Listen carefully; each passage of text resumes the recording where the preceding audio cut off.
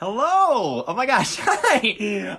So today we're going to be doing a Mercury chart return reading with one of my absolute favorite other astrologers, Jojo.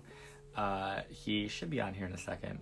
His page is Welcome to the 11th House. So he'll be on here in a second, and we're going to do a live chart reading here on just the Mercury return and how it kind of works. So let me see if I can pull you up here real quick, Jojo. Mr. Jojo. How do I motherfucking do this? There you are. Hey! Hi. Hi, how are you? I'm good. Okay, this wasn't working. I thought it might work with my headphones. I'm good. Okay, good. Good. I'm happy. How was the Pisces new moon for you? I've been sleeping a lot. But I've also been in the middle of taking a tarot class, and this woman who sits next to me gave me this nice little gift, and she had like this salt.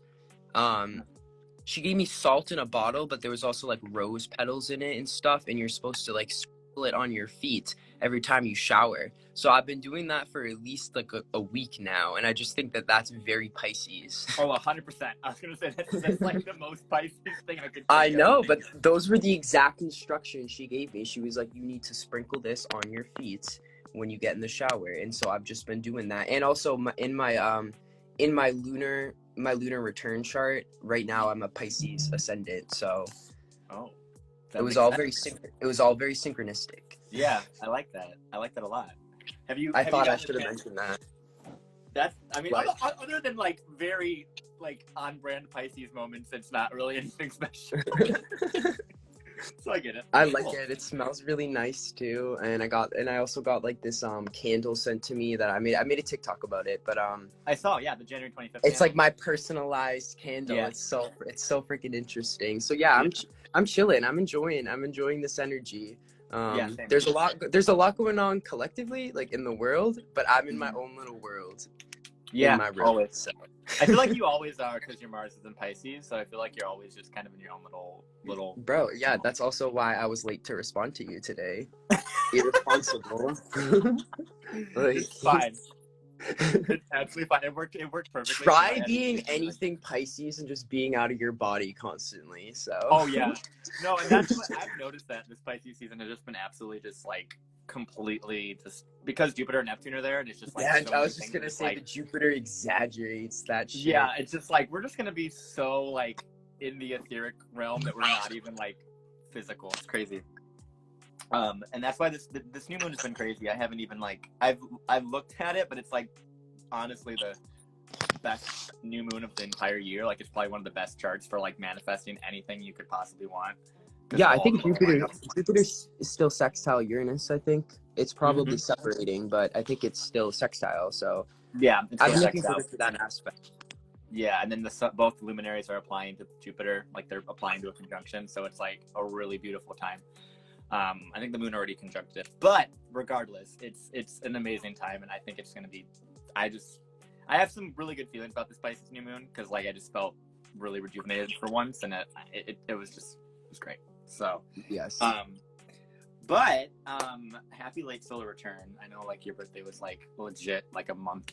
And Thank you. Yeah, it was. That month went by really fast too. Mm-hmm. Yeah, it did. But oh my gosh, the reason you're here obviously is to do your Mercury return reading, like thing, talk about it, all that stuff, because it's like your chart ruler, you know.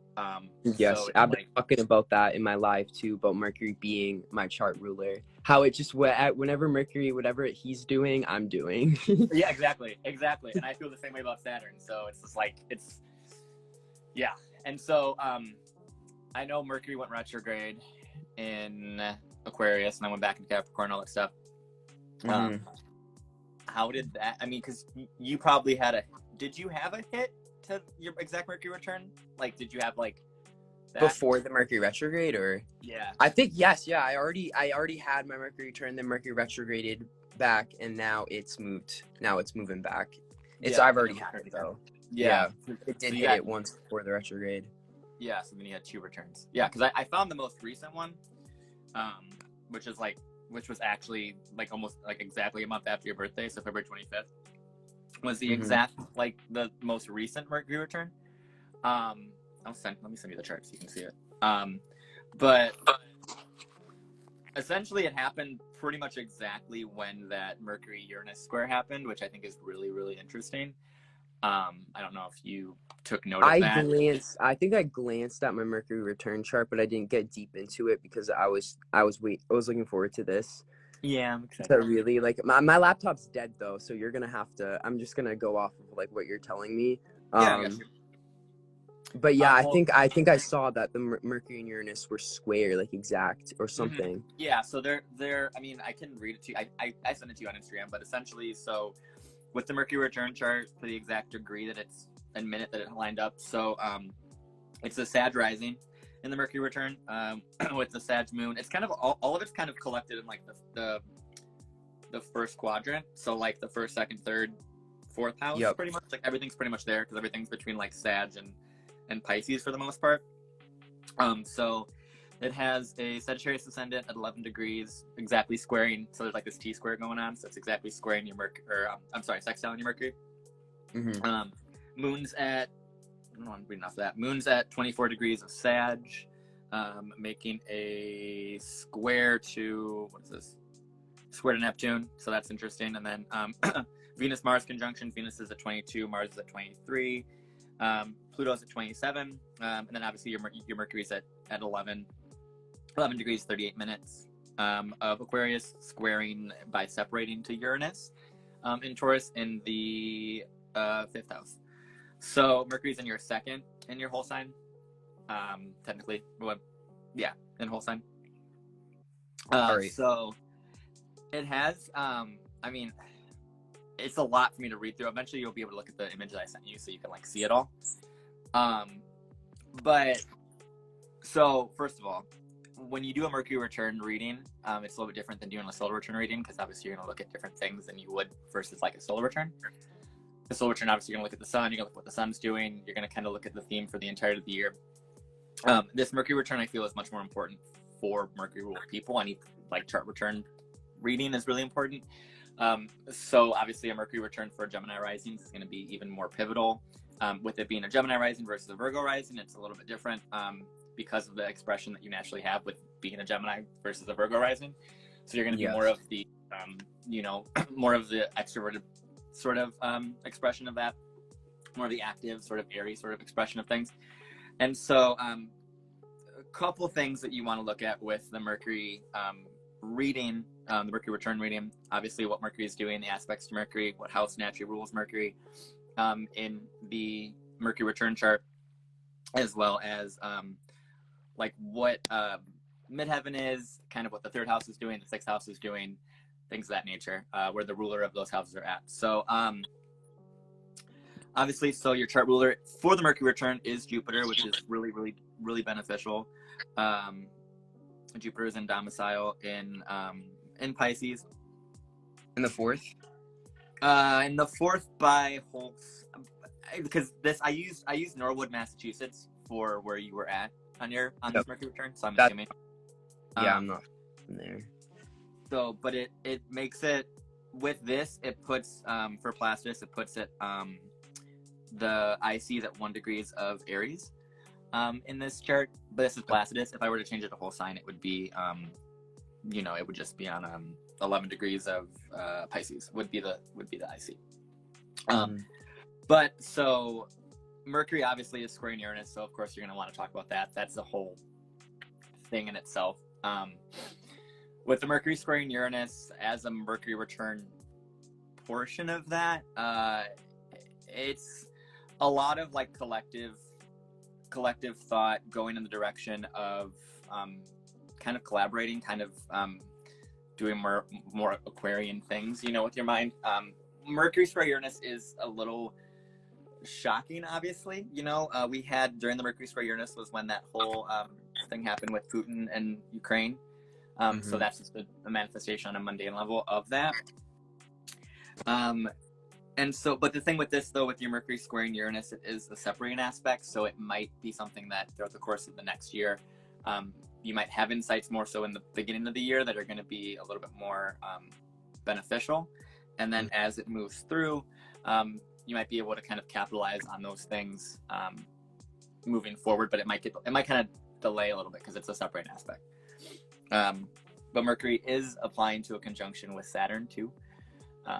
So that in itself is a pretty long-term effect, obviously, on what you're doing. So I think there's a lot of like sudden pivot, sudden movement, in a sense with this Mercury square Uranus, and then also conjuncting Saturn. So I don't know if there's any there's a lot of virality with this too, like a potential for virality that you might not want, but virality that you're going to be able to kind of use long term. It's Mercury Saturn, you know. So I don't know if there's any like online business. Obviously, that's a big thing with Mercury Aquarius in general. But kind of making that more of a long-term goal, or having some insights that come through that end up helping you in your business, or helping you build a name, or build a brand, or build, you know, a sort of a stronger influence over the collective, or a stronger way to communicate with them.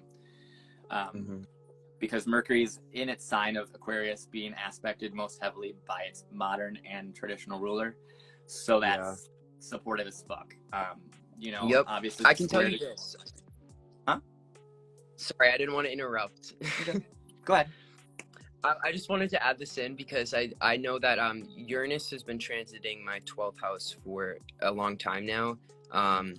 And it's squared my Mercury a few times, but it's happening again right around my Mercury return. But insomnia is something that I've been dealing with a lot, and especially I think with this Mercury return square Uranus, like that's almost a big theme of it too, or it's something that I could see like still going on.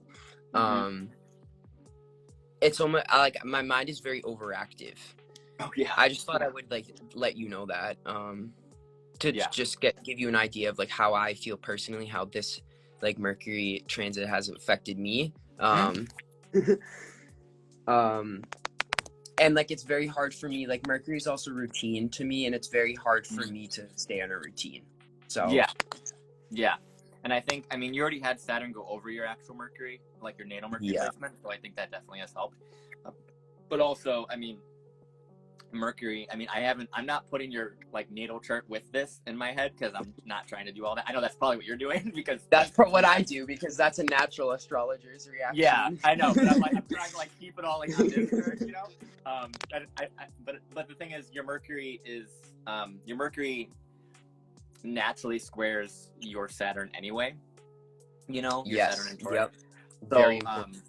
Yeah, so that in itself is actually really assisting this whole thing, because Mercury is in the Mercury return chart is conjuncting that Saturn, so it's actually bringing in more of the energy of your Saturn square. So I don't know exactly what happened around your Saturn square, which was, you know, a couple months ago, but I think whatever may have happened, I think is gonna probably be a bigger theme at the time, you know, that's kind of that's gonna be going through with this, just because it's a really nice Mercury return chart. Also, I mean, technically with whole sign, it's going to be in the 3rd house, which is where Mercury loves to be. So it definitely supports your Gemini, you know, your Gemini rising in that way. But it is going to be more of obviously the Gemini expression of it, which is, it is the routine, but it's going to be more of the learning, more of the actual bringing in for information, bringing in, you know, conversations and things like that. Less of the actual like doing, but more of just the intellectual sort of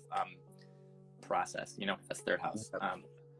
I don't know if you have any sibling issues or sibling things that might happen, because obviously Mercury returns can also bring up. I have 3 sisters, so, and there's a lot going on in their life too. I figured. That probably says it.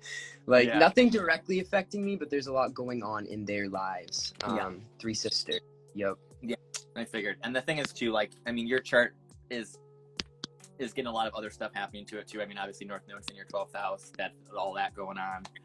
And so you have a lot of things going on that are bringing you more into your Pisces stuff. And of course, this is happening during Jupiter in Pisces. The Sun and Moon are in Pisces right now, like while we're recording this, you know. So there's a lot of 12th house energy too. But I feel like this Mercury, it's honestly a really nice Mercury return chart. I don't really feel much of an issue with it. With Gemini ruling your 7th, there is some potentiality of some partnerships and relationships, some sort of obviously contractual thing, more so with the Gemini Mercury energy. There's more of a contractual verbal like exchanging information with other people. Mm-hmm. I would see that with Gemini in the 7th house. Yeah. I like that. I think that also that could support like relationships with clients and things like that. Yep. But the thing with that, with Mercury ruling the 7th and then squaring Uranus and conjuncting Saturn, I think it's about not, I mean, this is natural for Mercury Aquarius anyway, but not shocking the clients you might be with, or being a little bit too shocking to them. Yeah, without, you know, like, not doing that, or like not overworking yourself too, because Uranus is technically in the 6th house. I mean, by whole sign and in Taurus. So there might be some like overworking yourself online and doing that, and maybe there might be a very large influx of clients in that way, but the client relationships will be solid, and they will be those clients you're supposed to work with. I think are going to continue and build those relationships because of Mercury conjuncting Saturn. Yeah. I think you'll get those specific people that are supposed to kind of learn from you. Yeah, maybe even older. Maybe even they'll be older than me with Mercury up Saturn. Mm-hmm. Yeah, because I do get a decent amount of people who are like middle aged. You know what I mean? It honestly always surprised me because I'm younger than them. So it's like, it's always funny when you get the trust of an adult as a young adult. Yeah. Like, no, I agree with you, because I've had people that are like Saturn, and I get a lot of Saturn and Scorpios, but I get a lot of them, or like I get people that are like Saturn and I get a lot of them, or Saturn. I get some Saturn and Saturn and Leo, and I was like, oh my gosh, I'm just like, this is like. I'm like, what? I'm like, okay. I know. Well, if the Saturn and Scorpios to you are what the Saturn and Aquarius are to me, because I'm Saturn and Taurus. Yeah, exactly. So I mean that makes sense. And I think, and I have a lot of connection to fixed Saturn people. I think they just have nicer energy. It's so weird that you were talking about this too, because I got my first Reiki session done a few weeks, I think it was 1 week ago. I got my first Reiki session done, and the woman was a Saturn and Scorpio. And our whole conversation, what she was bringing up was Saturn. She kept bringing up Saturn to me, and I told her like my Saturn's in Taurus, and I have always felt like a weird blockage in my throat chakra, stuff like that. Yeah. And afterwards, we just really connected, and she really she was just very interested in me, and I was very interested in her. So we exchanged phone numbers, and we got to talking about our chart. And she's like, she was the one to bring this up to me. She's like, our Saturns oppose each other. And I was like, oh my God, you're so right. I almost feel like the Saturn signs, like Saturn in the same modality, are always like exchanging information. Like I feel like we learn a lot from each other. Yes. No, 100%. 100%.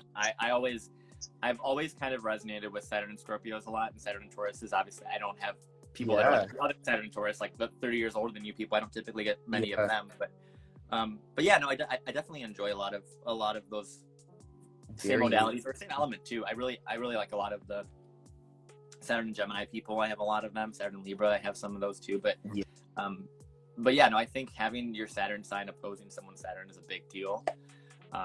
That's a really good, because you're able to see the other side of things too. And, yes. I think, it's very. And it's Saturn and Taurus, there's a lot of blockage in the throat too, Yeah, I've been meeting a lot of people older than me, so I feel like that can also be seen with the Mercury on top of Saturn. Like I've been meeting people who are like authorities on what they do, and in Aquarius, so they're very unconventional things. All these people, teaching, very interesting. There's energy too around this of like potentially learning, like mentorship or learning from them, or taking classes in some sort of like going to take like astrology classes, things like that. So I mean, that's what I've been doing that's what I'm going to be doing all years. I'm trying to get better at everything. Are you planning on going to Norwalk or Isar? What's that? Norwalk's the north. It's the astrology conference in like May, and there's another. I don't even know about it. Yeah, I'll send you the info on it. It's an astrology conference all the way up. It's in Seattle though, so it's pretty far for you, but. Yeah. But I plan on going, and it's going to be interesting. And then there's one in Denver too. in August. So, but yeah, I think that's kind of the vibe too I'm getting with like the Mercury Saturn conjunction in the third house is like learning from groups and learning astrology, obviously, because Aquarius is That would be astrology. really fun. Yep. Or learning like I don't know if you're into like tech or anything like that too, but that could be an option as well. Like learning from tech, or kind of integrating more social media or marketing or things like I that. definitely need to get better at that stuff. Like for someone with a lot of Aquarius energy, I'm not the best with tech. Yeah, that's ironic. I'm really bad at it. Like, I couldn't figure out how to end my TikTok live the other week. I was like looking for the button. I'm like, I can't figure this out. People are literally commenting too on the video. They're like, you are literally an Aquarius, like, and you can't figure this out. I'm Right? like, They're like shame on you. hypocritical. Like, Right? Yeah. That's so funny. But let's see what else is going on here. But no, I think it's interesting though, because I just really like your energy, Jojo. You're just like I just love my Aquarius sun friends. They're just like so great. Like Yeah. it's great. What was I gonna say? But okay, so let's see what else we got going on. Okay, so the third house by whole sign is Aquarius, which helps, and the sixth house is Taurus, which Venus is in Capricorn, making a sextile to Neptune. Okay, yeah, I think there's a lot of like relationship stuff coming up in the sense of like, it doesn't have to be like relationship, because we know you got that Pluto seventh house, so that's gonna be a little bit, it's a little rough. But I mean like more of because I mean you have a Libra midheaven, you know, you have your sixth house ruler, which is the other ruler from a Mercury ruled house naturally is Venus, is Taurus. The North Node's there. Uranus is there, which is squaring the Mercury. And then obviously Venus is in Capricorn, and Venus also rules the midheaven of the Mercury return chart. So I think there is a lot of, there's a potentiality of like just client relationships, but also relationships, or just like something that's a little bit more balanced. Obviously you have Saturn and Taurus, so that's going to be something that's like, you know, lessons upon lessons and things. And also because Uranus is pretty much on top of your Saturn right now anyway, it's still kind of, yeah, it is on my Saturn. That's that. Yeah. So I would say that it's like it's really hard to tell with your chart, because I mean you have Uranus on your midheaven anyway, so it's hard to tell what will happen, like at least publicly, or you know, in those directions. But I do feel like there's some either client relationship or relationship collaborative thing, but more on the Venusian level, obviously. So bringing something in long term, obviously, because Venus and Mars are both in Capricorn. And it could be, once again, someone older than you, because there's more Saturnian influences. Yeah, that's what I'm thinking too. Like in my head, I was just seeing someone older. Yeah, there could be someone older in that way. So since also with the Mercury return chart, you have a Jupiter rising, in the sense of, you know, you have a Sagittarius rising versus a Gemini descendant. Yep. This can be more of obviously a mentor sort of student-teacher relationship. I know. I feel like a lot of that. And meeting like teachers, and like I've never really had spiritual teachers in my life, but they've just been starting to walk into my life recently. Yeah. So I feel like this Mercury return has already, a lot of it has, I can already see it manifesting. Yeah, and I think it's a lot of those supportive things. And the thing is, it's nice is your Mercury is sextiling your Mercury return ascendant by degree, because it's 11 degrees of Sag. And then so there's some supportive energy to it, but it's this Uranus and Taurus that's like really obviously throwing things off, because that's what Uranus does. It's killing the structure of Saturn. It is. And it's squaring. So it's interesting because Uranus is making a square exact by degree to your Mercury, which you talked about, and then it's also in conjunct your ascendant for the Mercury return chart. So the in conjunct adds to the Uranian influence of it, so it kind of pushes more of the Uranus energy in the teacher aspect, if that makes sense. So like there's going to be more of either online teachers or like sudden, I feel like there's like a lot of teachers that might come in, but there might be some sort of like just collecting like little insights and little flashes of different things from them, in the sense of like, this person taught me this concept of like, you know, whatever it may be in the relationship to Reiki or relationship to, you know, astrology, tarot, whatever it is. And it was able to kind of be incorporated into your own mind, into your own thought or your own teaching or your own learning style. And then kind of like taking that, whatever you learn from them, and kind of building upon it. But I feel like there's going to be a lot of teachers that are coming in, a lot of people you're learning from. And also, but by being able to learn from them, I think you're going to be able to actually teach better, because you're going to be able to kind of not pick and choose what you kind of want to work with, but more so pick what resonates with like your higher mind, with, you know, the Uranian concept of you, like kind of the more supercomputer vibe, I guess it's not really the right word, but like the higher expression of your mind, and you're able to see what resonates with that kind of ideal in that sort of sense. Does that make sense? It does make sense to me. It does make sense. I think with Saturn in Aquarius too, like I have been like, I look up to a lot of people and I like to listen to like what they say. I've been learning a lot since Saturn's been in Aquarius, and I think that's solidified because I already have a ninth house Aquarius stellium. So I feel like Saturn in Aquarius has just been solidifying like the way I want to teach when I grow up. That makes sense. But I'm looking up to a lot of people at the moment, and I know I should be okay with that because I'm still young. You know what I mean? Yeah. But yeah, everything I've known, I've learned from somebody. You know what I mean? Exactly. But I think it's more of, because what I feel like is it's going to be obviously a lot of online learning. That's kind of the vibe with a lot of this Aquarius, Mercury. Yeah, you're right. But I think what I'm getting is kind of like this, a lot of like student-teacher relationships, but maybe honestly you stepping more so into the teacher role, obviously, because you have a Sagittarius rising and a Sagittarius moon in the Mercury return. But there is this energy of relationships coming in that are going to help you solidify exactly what you believe in, and solidify your learning style and also your teaching style, obviously on both ends, like you kind of said. You just summed up what I wanted to say 2 minutes ago, but I couldn't do. But it's just, it's a lot of that. I feel like it's like, but what I'm getting is like this kind of like rapid, how do I explain this? Like a rapid kind of study, in a sense, or rapid movement of teachers, where it's like, okay, I'm going to dive deeply into understanding, let's just say tarot, right, for an example. And you find someone online that you resonate with tarot, and you go in there and you find like a gem, in the sense of something that resonates with what you're kind of trying to learn or trying to create or trying to build as it relates to business, your image, you know, Saturnian shit.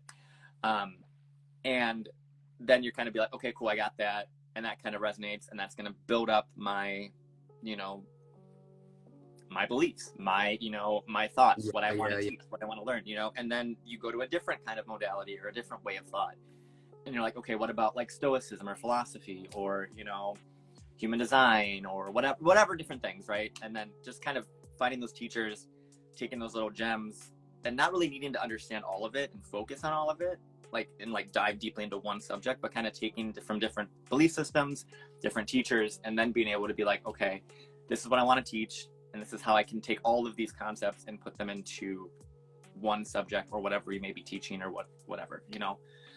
Because I know with your Leo North Node, I know you want to do the whole, like, which I really like, the whole like making media, in the sense of like media profiles based off of like astrological birth charts or astrological charts. I think that's a really nice path for you, because I saw that TikTok you made a while ago about like making like writing characters for people based off of creating a birth chart for them. I think there's something there. I don't know what it is, but there's something there. I would say explore that, because I think North Node in the third, I feel like would be very good with like books. And it's opposite the ninth house, which is like publishing. You know what I mean? And you have, I mean, go ahead. Oh, I had nothing to say. Oh, okay. No. But yeah, and it's interesting too, because when you think about it, oh my god, I always forget when I look at your chart that like my Mercury falls literally right on your descendant by degree, and I'm like, That I didn't Um, forget that though, because when I first saw your chart, that's the first thing I saw. I was like, wow. Yeah, my Mercury just does some wild shit. It has the weirdest synastry with people, but like the most like powerful shit. Yeah. Yeah, it's crazy, but it's interesting too because when you think about it, because you have a Gemini rising naturally, and then this Mercury return, you actually have a flip of that, so you have a Sagittarius rising. That's even more so focusing on this like relational first house, seventh house axis. So I Yep. think it's a lot of balancing your beliefs with other people's beliefs, balancing what you've learned with other people have learned and kind of collaborating in that sense, or teacher student, like a lot of that. And so Mm-hmm. like typically when even in like a solar return chart, if you have the opposite rising as your own rising, it's a big year for relationships, big year for seventh house things, contracts, those things. But it's your ability also to be able to see your shadow in other people too, because your natural rising for that whatever theme it is, whether it's your solar return, Mercury return, excuse me, is how you're moving. Like you're moving in a way that is kind of like the people that you're looking to be, if that makes sense. Like the way you're moving is kind of like becoming an embodiment of like your ideal partner, or like the partner that you want to become. Like that's kind of what I feel like the next year is going to be. Well, yeah, the next year or so is going to be with the Mercury return. You know what's funny too? And next year, my solar return ascendant is in Sagittarius. So you're just all sorts of Sag. I like, know. Oh, I think that next year would be is going to be a lucky year for me. This year is definitely to me more about specialization of my skill, because my solar return ascendant's in Virgo this year. So it's like even with this Mercury returning being so Jupiterian, I feel like it's just it's just like I have a lot of opposite energies. It's like but when you have those opposite energies, it allows you to like really balance it a lot quicker, Yeah. I think that's a lot of the benefit of that, like having a lot of oppositions or just polarized things, because you're able to see the other side of the coin and see how the other side works in a sense. What perfection year are you in? 11th. Oh, okay. Well, last year was my 10th house perfection year, so that's why I feel like I got out there, you know what I mean? Yeah. So yeah, I guess the world has only witnessed me go through one perfection year. So I don't know how the 11th house perfection year is gonna be for me, but I definitely haven't noticed any drastic changes yet. I think it's something that will show up over time. Perfection Typically, year. Yeah. Yeah, it doesn't. I mean, it depends on what the ruler of your 11th house is, and what's going on with that. Like how quickly it moves. Like for me, like I'm in a 7th house perfection year, but my ruler for this year is the moon, and it's just been like and it's in Pisces, so it's like a whole. It's been a fucking roller coaster. Versus like if like you have your perfection year ruler and it's in Saturn, or Saturn typically is like a lot more stable, a lot more obviously slow moving progress. Yours is Jupiter, right? In Placidus is Jupiter. Yep. Yeah. So I mean that's going to be. That does hint more at the teaching thing, studying, travel. I don't know if you want to. Well, I guess Jupiter or Neptune, because my 11th house is Pisces. Okay, yeah. So it would, and that's a lot of hope, optimism, dreaming, and both Jupiter and Neptune are in Pisces currently. Yeah. So a lot of Pisces. Yeah, you have a lot of Pisces. You're very Pisces. And my progressed Mercury is in Pisces. So I think that's significant because of the fact I'm a Gemini rising, but Mercury in Pisces is also like I don't know how to communicate sometimes. Yeah, you're talking to a 12th house Mercury, so I get you. Trust me. Trust me, I get you. I mean, it's interesting too because this Mercury is just like it's nice. I mean, I'm really simping for your Mercury in Aquarius just because I love that placement. But I think it's just gonna be I mean, you have a 9th house stellium anyway, so like it's gonna be a lot of learning those things. Your chart is fun. I love your chart. I really like your chart. Like I I appreciate that. I really do. It's like compliment me. Well, it's interesting because you have so many south node contacts technically, like in relation to like. Oh, their me about it. Me about Yeah. it. I'm a K2 person. Not you mean like in relation to like the terminology, or just like Not just just self. I'm just a self-known person. Yeah. yeah, Like, yeah, and that's the thing is like it's the South Node is its own like obviously thing, and with anywho we're getting like we're getting all over Yeah, I the know. place in this fucking I- reading, which I'm like, why are we going all of this? of course, we were talking about Mercury and Pisces too, and then our minds just Yeah. started going We're everywhere. just like, let's like pull up all these charts in our head and see how many we can balance. And the thing is too, back to the Mercury return chart, you have your North Node in Taurus in the 6th house. In the Mercury return chart, so there is a lot of like grounding in reality, actually being able to like focus on what is physical and tangible and the actual physical potential versus the imagined potential, because a lot of the Pisces Virgo axis is about that potential, but it's the actual, there's a difference between Virgo potential versus Pisces potential. And I think a lot of us right now very easily are in the Pisces potential, which is the imagined of like, oh, like let's just go into our phone and imagine what my life would be if I lived in this like high-rise apartment in New York City. Yeah. When I see Pisces, I just think rainbows. Yeah, exactly. Versus like the actual Virgo is like, hey, but like look at your environment around you. How can you actually get there and building what you're doing through the routines you have and the actual potential of what you can accomplish physically. Ugh, versus Virgo is throwing up on my rainbow. That's how I feel. Pretty much. This Virgo, yeah, the Virgo full moon is going to be insane. The one in like 2 weeks, because pretty much everyone's going to be smacked with like reality to be like, what? Oh, okay, this is what we. I know, because we have this new moon in Pisces with Jupiter and Neptune, and then smack Virgo full moon. Yeah, like, look at, yeah. People are probably in so much illusion right now, and like by the Virgo full moon, it's just like a slap in the face. Oh, 100%, 100%. That's why I'm just like, it's gonna be interesting because there's a lot going on. But with this, I think there's gonna be a lot of work going on. I don't know if you work out or are working on health routines. Obviously, that's very 6th house. I was actually gonna tell you about that. Yeah, I've been doing yoga to ground. I've been doing a lot of yoga to ground myself because I do deal with a lot of anxiety. And North Node and Taurus in the 6th house to me would be like self-care through exercise. So, yeah, I'm not very grounded. So I feel like the Taurus North Node in the 6th, like telling me like you should work on that. Well, it's interesting too because the Taurus North Node, if you go to your regular chart, is in the 12th.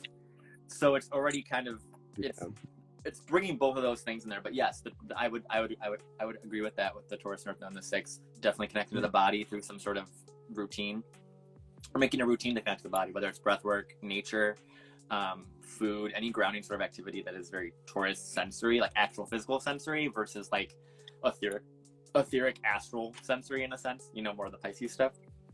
And also making money through routine. Obviously, if you put it in the the more money financial part, North Node and Taurus, but it's like making a routine and making a consistent sort of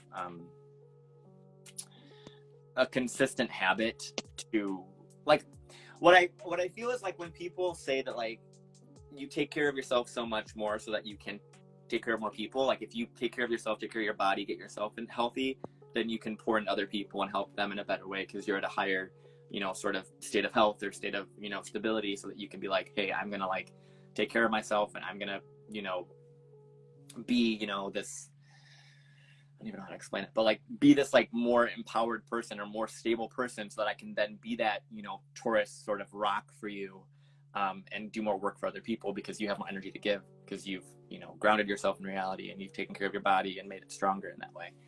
And I think it's a nice energy. I mean, it's 6th house North Node typically can show like a sudden sort of need to have to ground, because of that sort of 12th house K2 is just kind of like sucking your time and really wanting you to go and like just rest, just go smoke, just go do drugs, just go go into something else, and you're like, no, I actually need to do this work or else I'm not gonna be able to get to what I have to get to. Yeah, especially because Scorpio is like a transactional relationship. Yeah. And the north node is approaching your, well, at some point in the next, 12, 14 months, it's approaching your Saturn, so that's obviously going to bring in like a very stable, long-term commitment of sort, where you've been able to really see your own authority in a different way. Obviously it's 12th house, it might be difficult for you to see your authority in that way, but it might be some authority in, spiritual teaching, or in, Reiki, or different things that are etheric, but being able to really feel that value and feel that kind of viscerally in your body when when the north node goes over your Saturn. I'm looking forward to that, to the north node hitting my Saturn, to be honest. It'll be a while from now, but it's going to be, there are going to be some transits that are going to hit it when there's the eclipses, end of April and May, because that'll be those eclipses that'll be on kind of that Taurus part will be more activated, so that's going to help it. But the actual north node on your Saturn won't happen until, closer to like the end of this year, I think. Like, because I have an early degree Saturn, so yeah, you have 10 degrees. Yeah. But yeah, there's just some, I mean, like I said, I really like your chart. I really do. I'm just like, oh. I honestly, I feel like this Mercury return chart is also very needed, like with the north node. I just feel like it makes a lot of sense to me now that you've talked about it for a while. Like I'm piecing a lot of things together. Mm-hmm. Yeah, and so you can dissect the Mercury return chart a lot if you really want to, because it is something that I think has a lot of value it's a lot of value that people don't talk about in the sense of like chart return readings, because I think Mercury return charts a lot. I don't see it. People don't do it, and it's something I really love talking about it, because I think it has a lot of value that people are not tapping into potentially, because people are just like solar returns, and I'm like, yeah, but like, what if you're like, you're so right. You're so right. I don't think I've ever talked about any. I mean, I've talked about Mars return once, but it's mostly just solar and lunar returns I hear about, and I've talked about. Yeah, well, lunar returns. If I followed lunar returns, I'd fucking go crazy, because that's insane. You're so right. I actually do look at all my lunar returns though, because I am fucking crazy. It's okay, it's fine. I mean, I notice when they happen, obviously, but it's something that like I just kind of like, I don't really, and I don't typically look at lunar returns, because if I were to do that in addition to all the other transits at the time, I would be like, just let it stop, But I'm a progressed Cancer rising, so my lunar returns are like important. No? Yeah, they are. They are. And I think, and if you have a Cancer rising, of course, lunar returns are a lot bigger deal, full moon and new moons. And I have yet to kind of figure out the best way to approach Cancer risings for chart return readings, because I think for them it would have to be like their full moon specifically. But I've had some theories of the best way to kind of go about that, but I have to kind of test them and talk to more Cancer risings. But I think with just having a I don't know if let me see if I can go back to when the other Mercury return reading happened, or Mercury return happened for you, because I don't know if it did though. Are you sure it happened that Mercury was at 11 degrees of, maybe it was. It was, yeah. Almost positive, yeah. It was at, nope, it did not. It only went to 10. It went to 10 degrees and 19 minutes, and then it went retrograde, and it was before your birthday, so it almost had an exact. Oh, okay. I'm talking about the one before. Yeah, I'm talking about the one before, like when it was like, before it retrograded. So this is the only Mercury return that you have, because some people have it like, if you were to have a 10-degree Mercury, it would have like hit it twice. So this is the only chart you'd have to really look at for that, which helps. The other thing too.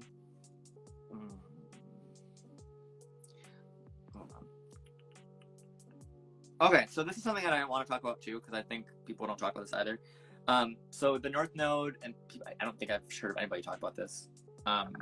Maybe they have, but with the North Node and South Node ruler being Mars and Venus, because the South Node's in Scorpio, the North Node's in Taurus. Whenever those two energies come together, it's important, because it's essentially allowing you to see those polarities a lot quicker. And you have Venus and Mars conjunct. Obviously, Venus and Mars are still kind of playing around in conjunct right now. So all of us on a collective level are able to see both of the South Node and North Node's sort of potentials in both ends a lot easier. But for you, I think it'll be a lot easier and a lot more long-term, because this Mercury return lasts for pretty much a year for the most part.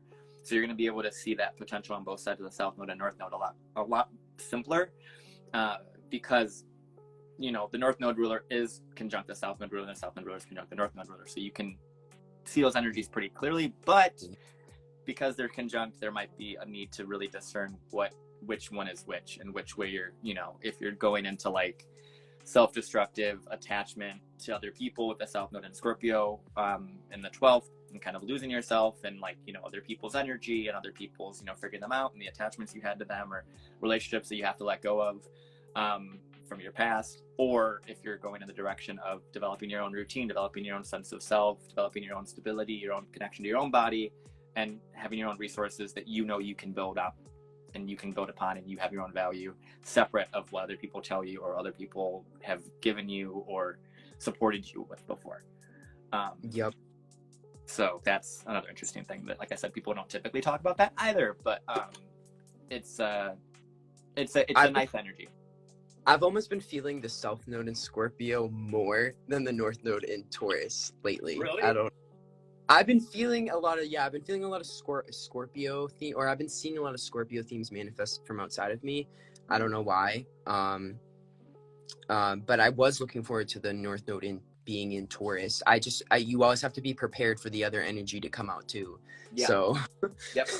Well, the thing is too, it helps you really ground, knowing like it helps you ground. It helps us all ground, honestly, because it's North Node and Earth sign, and the North Node loves to be in an Earth sign, honestly. And the South Node's actually in its natural ruler. I don't know if I'm assuming you knew that the South Node is the K2 is traditionally ruled by Scorpio, and the North Node's traditionally ruled by Aquarius. So it's the South Node is actually a lot stronger currently because it's in its natural rulership of Scorpio in Vedic astrology. So it's likely that's why you're feeling it a lot stronger, because I think you're more connected. Oh, okay. I never would have thought of that. So. Well, yeah, and also you have your South Node. You're a South Node Sun child. So like. Yeah. But yeah, because is me having my Sun on my South Node give me Scorpio themes? No, it gives you more connection to the South Node energy. That's what I meant.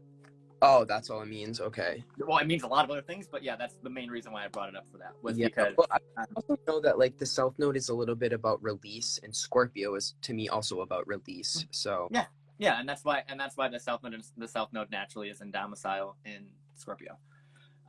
So it has its way of like, that's the natural rulership of it. So it's gonna be stronger in the sense of it's comfortable releasing stuff, because Scorpio is like, hey, this shit doesn't work anymore. This shit is toxic. This shit is attachment causes pain. Let's rip it out, you know. And K2 and the South Node teaches you that in general. With you having your Sun conjunct the South Node, that's kind of a theme around you in general, like around your life theme, amongst many other things. And you're already connected to the South Node energy naturally. And you're more so pulled in the South Node too, because your North Node ruler is on your South Node ruler. You know what I'm saying? So like, no matter how much you try and go in the North Node, you're even more so pulled in your South Node because your Sun's I haven't thought about that. Yeah, my Mercury Jupiter does some crazy shit. But yeah, Leo is ruled by the Sun, which is conjunct my South Node. So it's like exactly. So it's like you're more of a South Node heavy person versus like a North Node heavy person. Absolutely, bro. I mean it.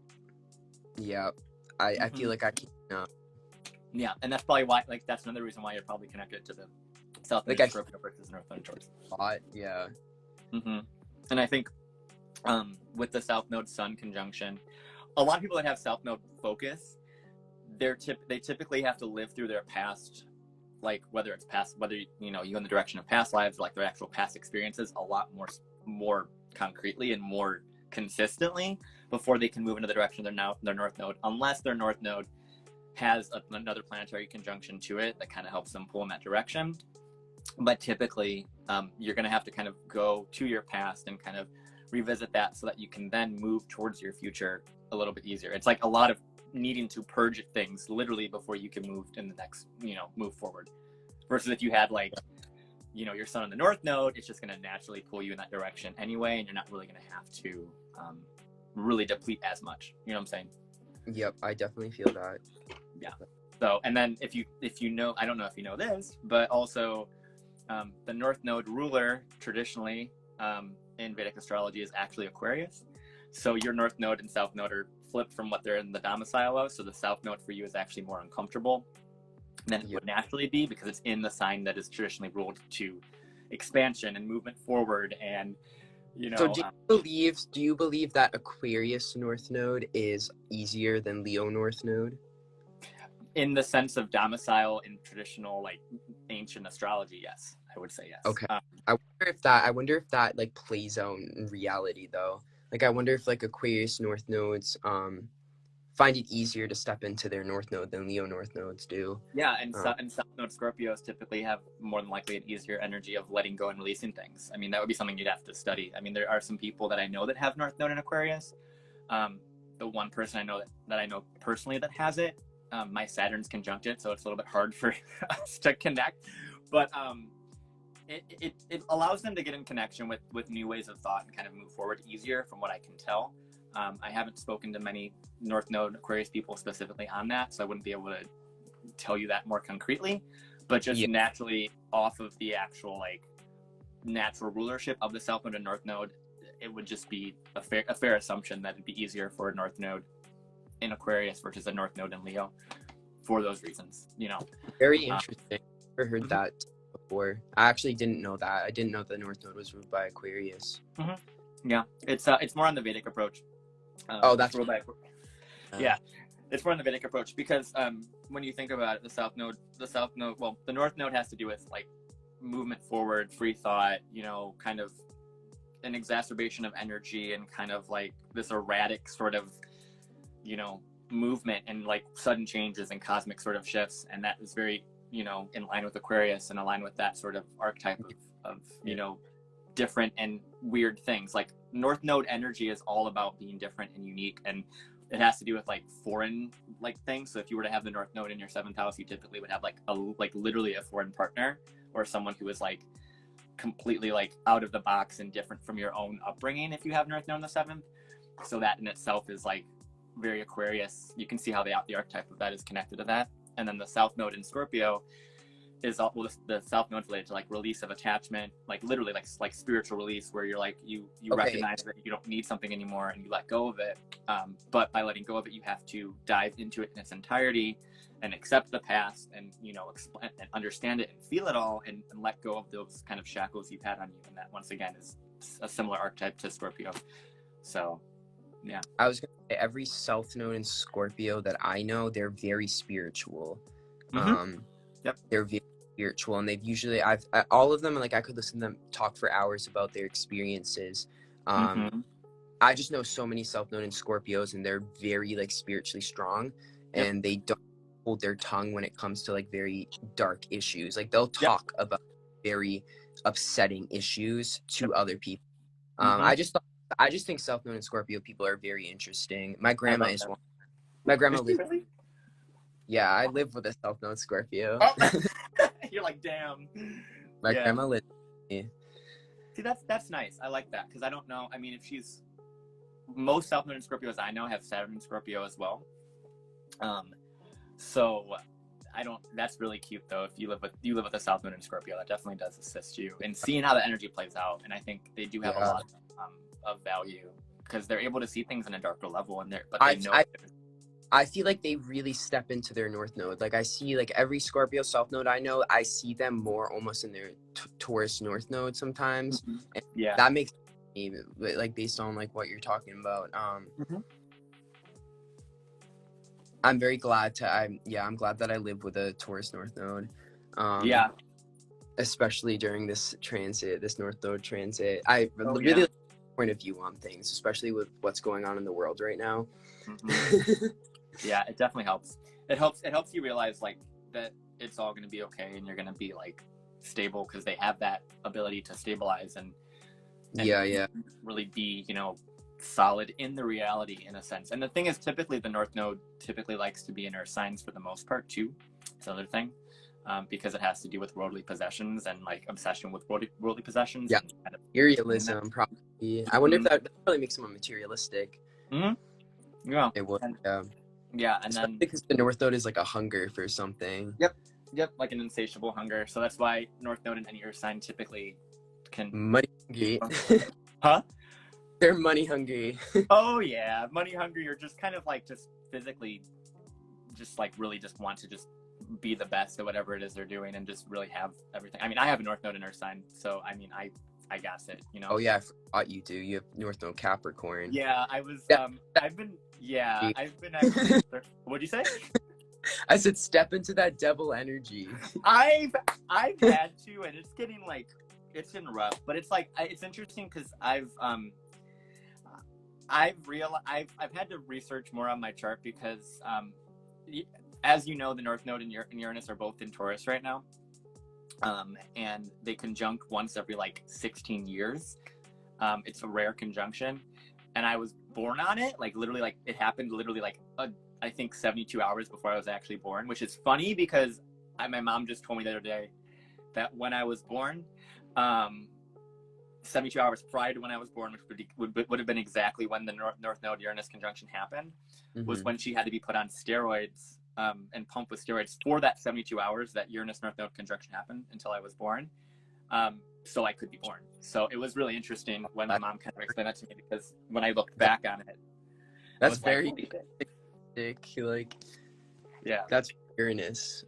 Yeah, it was very interesting. So, but I'm interested to see what happens when Uranus and North Node conjunct in Taurus in a couple months, because it's going to be it's going to be me being able to see how everyone else's energy or everyone else interacts with Uranus North Node conjunction, because I have it natally, so I'll be able to see like, oh, how does everyone else react to just sudden random reversals of shit that you weren't expecting. But also Mars is going to activate it too, so that's adding a different flavor to it. But yeah, why do it's fun to me. I almost feel like banks could start getting like robbed or something. Oh yeah, or just like that. Yeah, I got an image of someone robbing a bank. 100%. Or like I get also like there could be with the Uranus North Node Mars conjunction. I don't know why we are going way off track, but I really don't give a fuck. We are, but I'm vibing with it. I am too. I totally am. But, I could talk about everything going on. I know, same. But I get this image of like, you know how those people like steal a fuck ton of money and then just like put like throw it out of the back of a truck or whatever the fuck. That's the vibe. I can see that. I can like totally just like stealing a crap ton of money and be like, hey, I'm just bro, gonna because North Node energy can also be very like show offish and like bragging. You know what I mean? Yeah. So it's like in Taurus, it's like, look at all my money. Yeah, exactly. And it just rains it on the people. I could see that. Literally. Yeah, I could see that.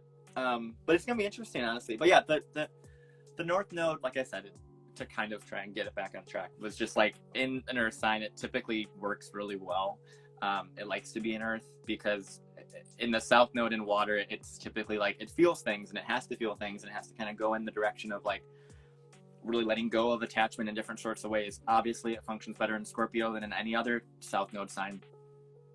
But any water sign, it's gonna have its need to emotionally kind of explore so that it can create stability and create something stronger. And I think we're all learning that with the South Node in Scorpio, North Node in Taurus.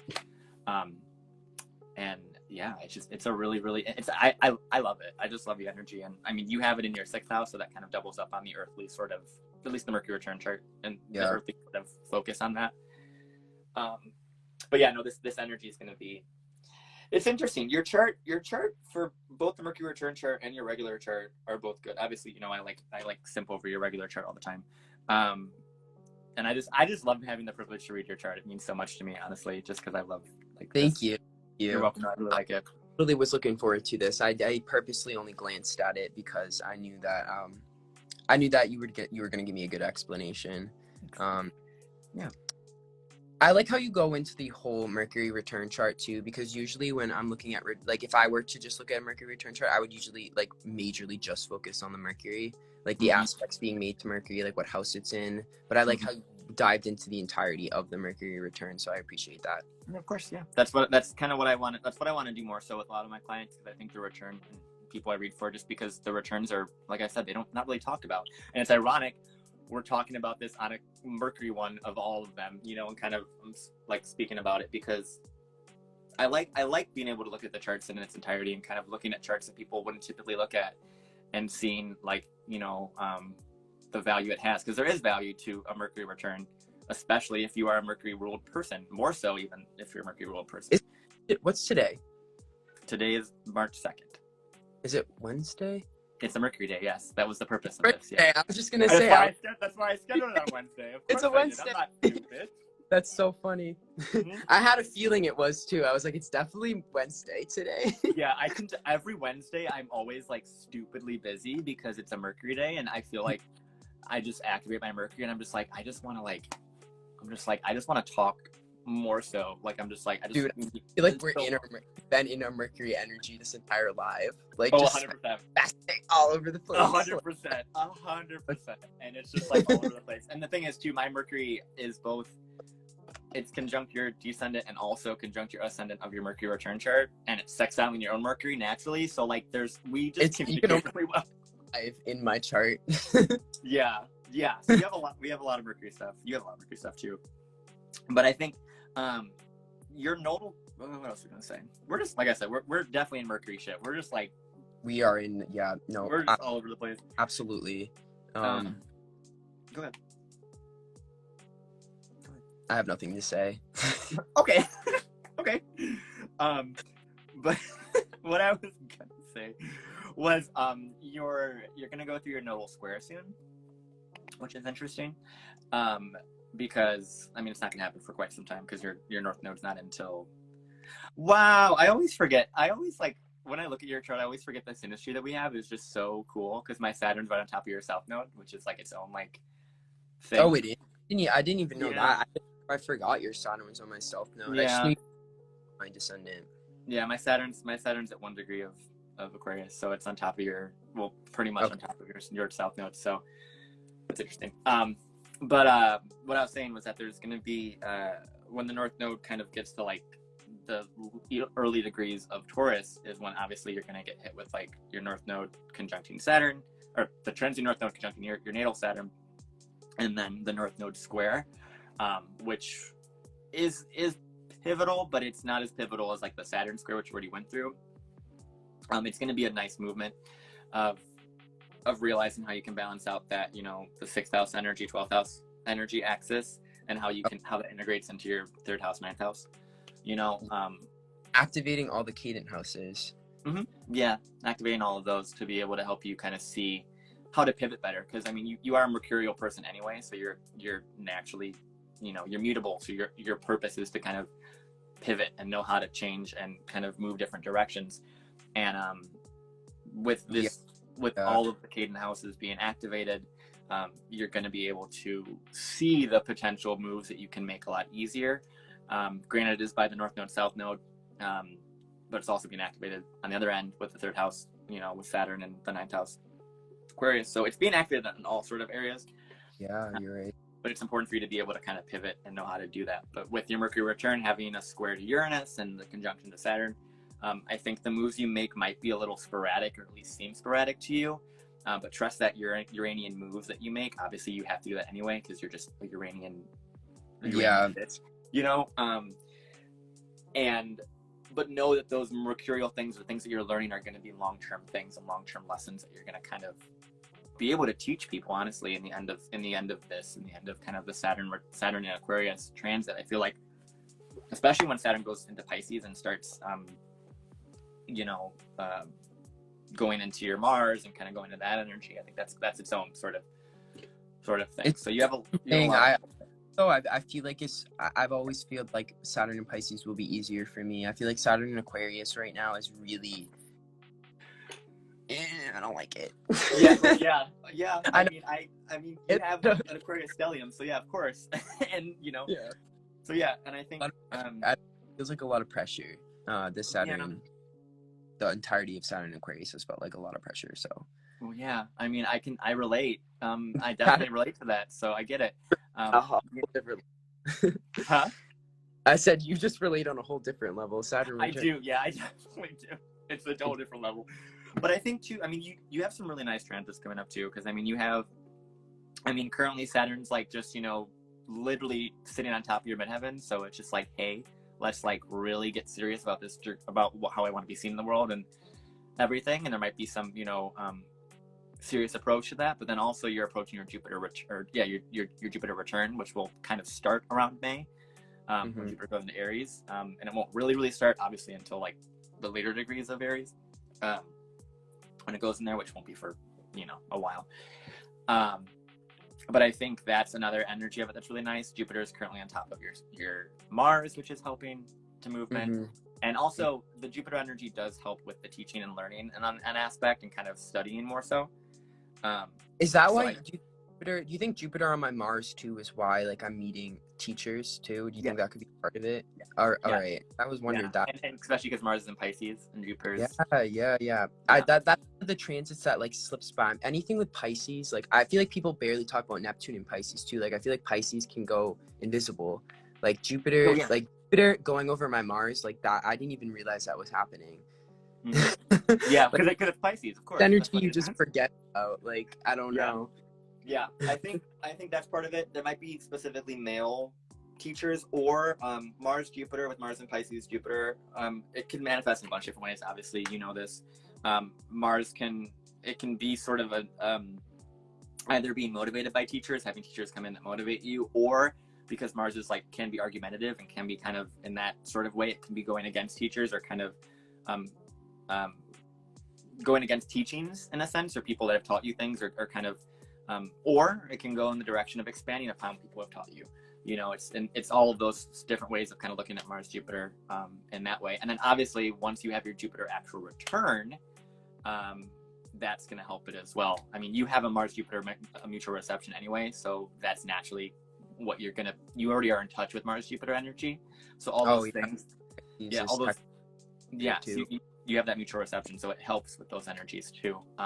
So more so when you're already in touch with the different ways that Mars and Jupiter can kind of manifest. And I think you're going to be doing a lot of teaching, a lot of learning, a lot of kind of exploring things, exploring thought, exploring what you can do, what you can accomplish, your belief in yourself, the other people that believe in you, right? Like there's people that, like myself, like you're younger than me obviously by like a significant amount, but like I believe a lot of what you're teaching has a lot of merit, or a lot of what you wanting to teach or wanting to learn and stuff has a lot of merit and can turn into something very, very pivotal in its own way, right? In the sense of teaching or learning, whatever you want to do. Because it's hard to kind of stand out right now with anything because there's so much information everywhere, but I think you have a way of doing that with everything you got. And that might be, my synastry talking, or it might just be in general, like, how you are. And I think there's a lot of value that you have with that, with the Mars Jupiter mutual reception. And that's another thing that no one talks about a lot is mutual reception. So I'm like, you're another passion project of mine. Right.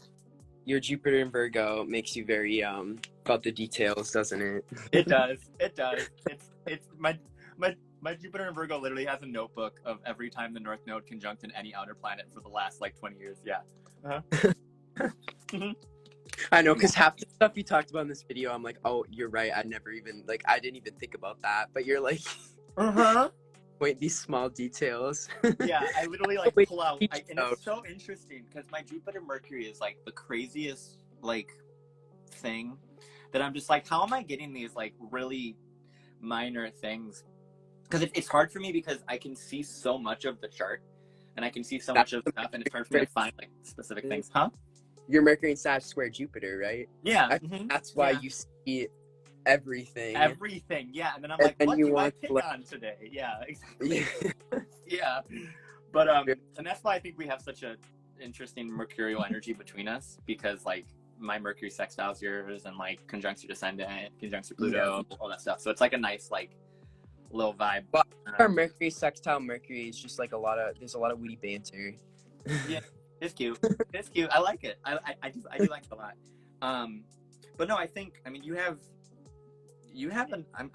as you know, you have a really nice chart, and I really, really appreciate it. And I think it has a lot of value, but I think for you, it's like really about like going and teaching something different, but being able to teach it differently because of what you've gathered from the people that you're learning from on a day-to-day basis with that Uranus in the 6th house in Taurus, and being able to build something solid and stable that is value that you've created, because it's North Node in Taurus, right? It's Uranus in Taurus. We're all looking to see what resources we have that we can create, that we have value in, that we can create from our own sense of self and our own stuff. And what the biggest thing I've struggled with, which it's its own thing, is like being able to have value in only the mental sphere and the Aquarius sphere, less of the actual service Virgo, I'm going to provide you a physical service sphere.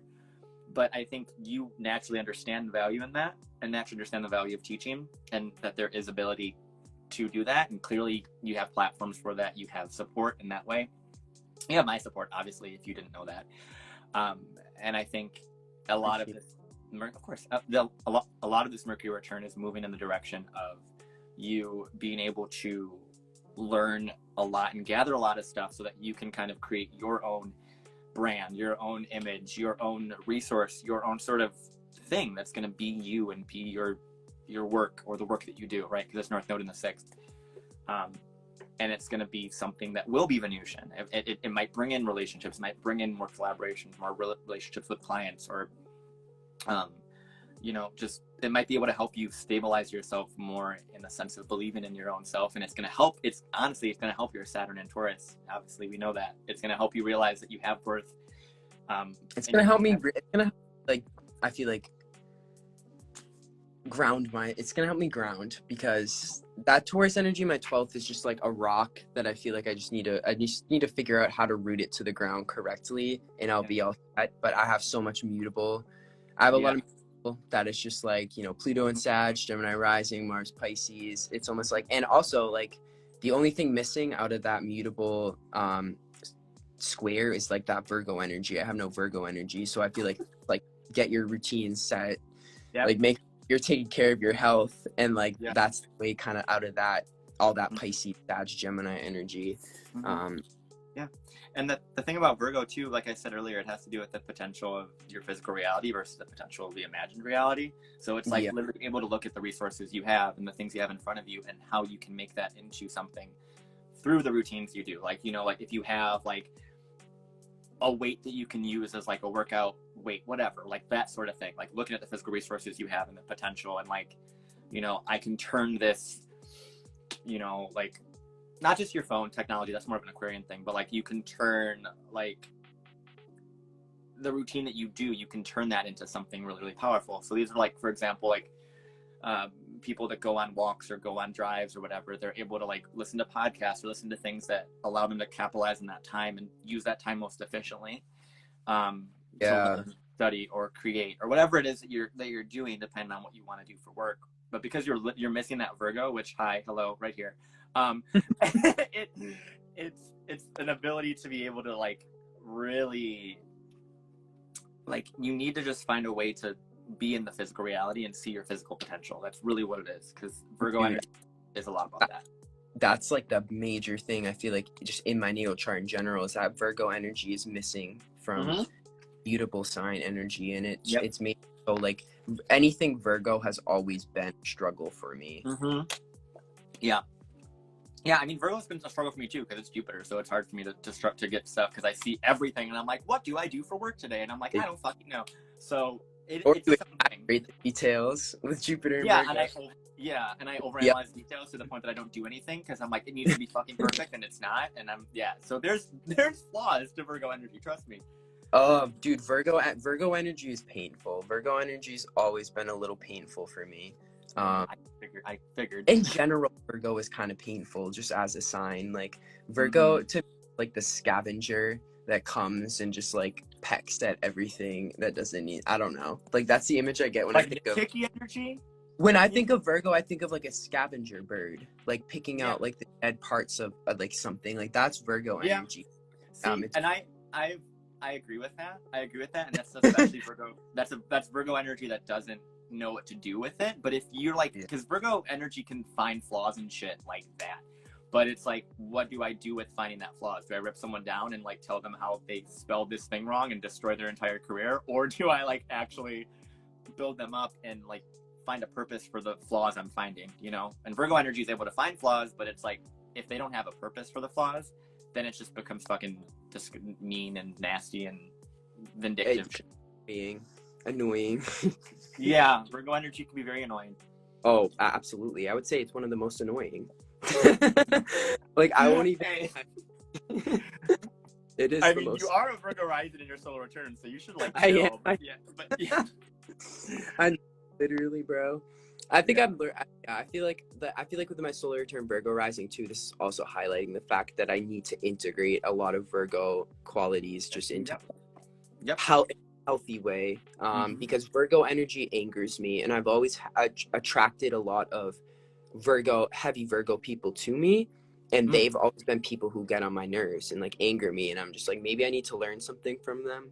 Yeah. Yeah. Typically, that's how it works. Yeah. So I mean, yeah, we went but with this.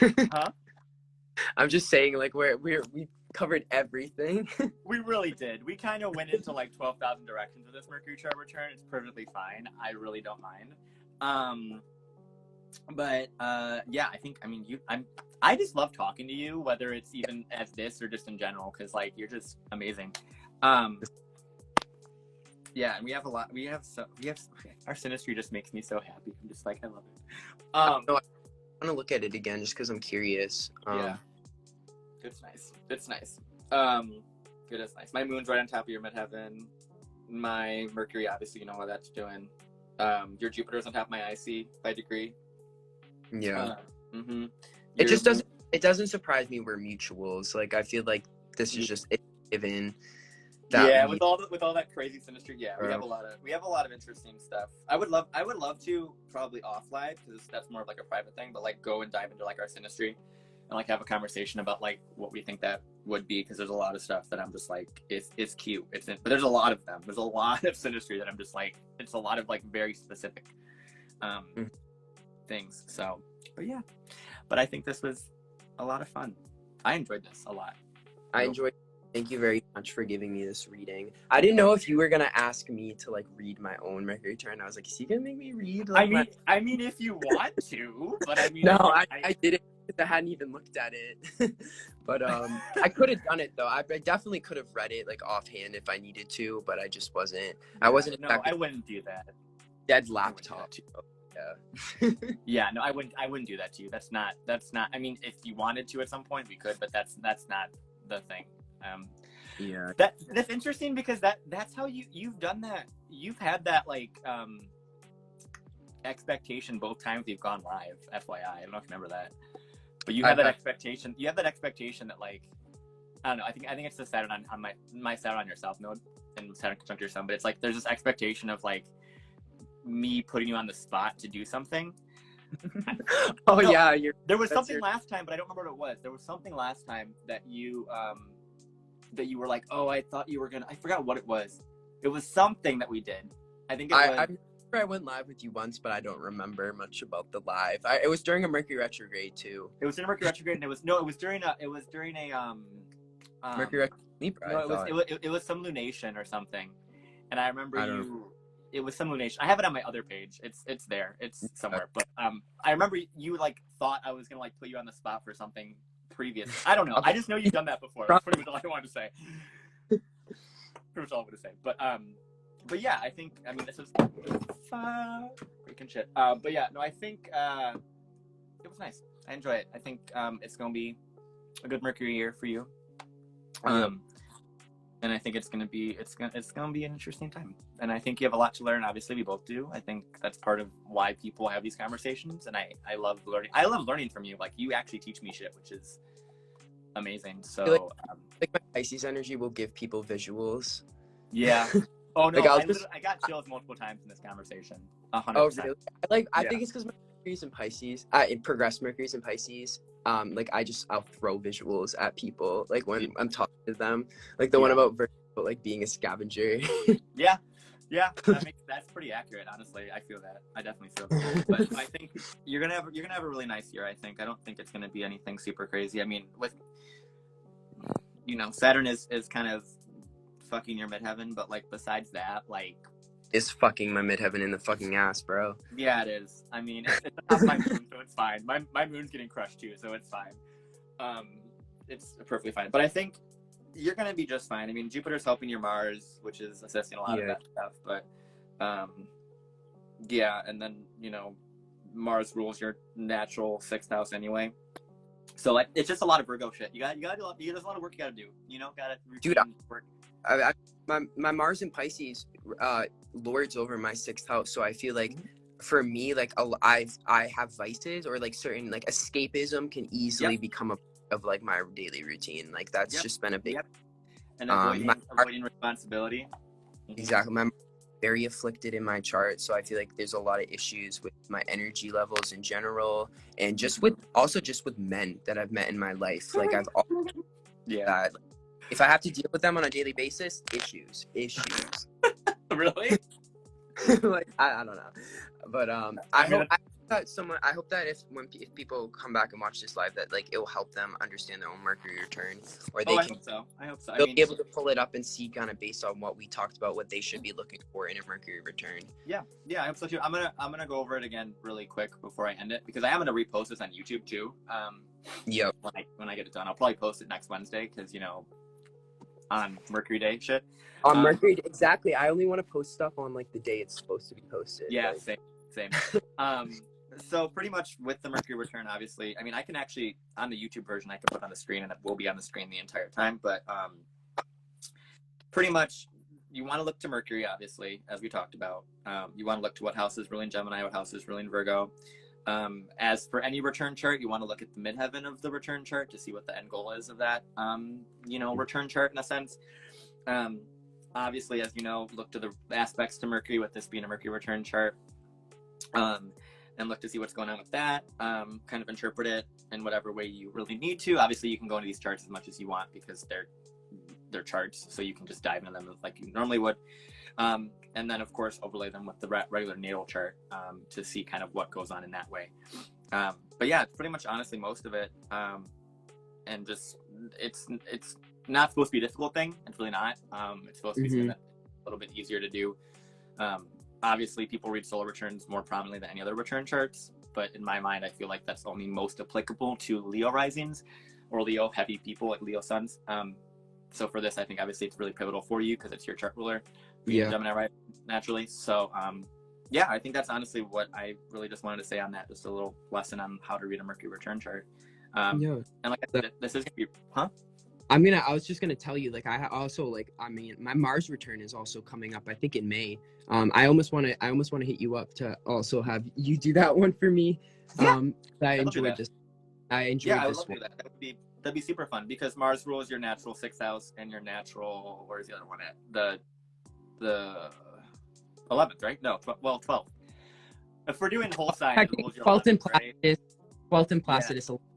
Sign, yeah. So 11th house by whole sign, 6th house by whole sign. Yeah. We can definitely do that. I mean, it's gonna be and that's also when you start your Jupiter return. So I would love to do that reading. I think that'd be super fun to do a Mars return.